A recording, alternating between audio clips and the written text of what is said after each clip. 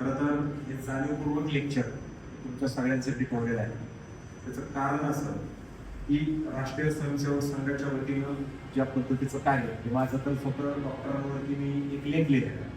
आणि माझं जे पुस्तक जे पहिलं पुस्तक मी माझं स्वतःचं लिखित केलं त्याच्यामध्ये जवळपास 18-19 लोकांवरती मी ते पुस्तक लिहिलेलं स्वतः लॉकडाऊनमध्ये ते लिहिलं होतं. नंतर ते काय कम्प्लीट करायला वेळ मिळाला नाही. 6 वर्ष लागली ते मला पब्लिश करायला. आणि मग ते पब्लिक झालं. त्याच्यामध्ये डॉक्टरांवरती RSS वरती कसा संघ स्थापन झाला, डॉक्टरांच्या जन्मापासून ते डॉक्टरांच्या मृत्यूपर्यंतची सगळी माहिती मी त्याच्यामध्ये त्या ठिकाणी ती दिली.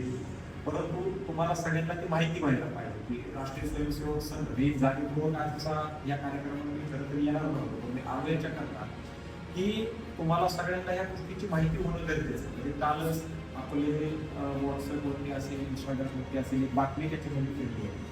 आणि ती बातमी म्हणजे की अमेरिकेच्या संसदेकडनं किंवा अमेरिकेच्या काही विविध ज्या संघटना आहेत त्यांच्याकडनं असं म्हणण्यात आलेलं की बाबा RSS वरती त्या ठिकाणी बॅन आला पाहिजे.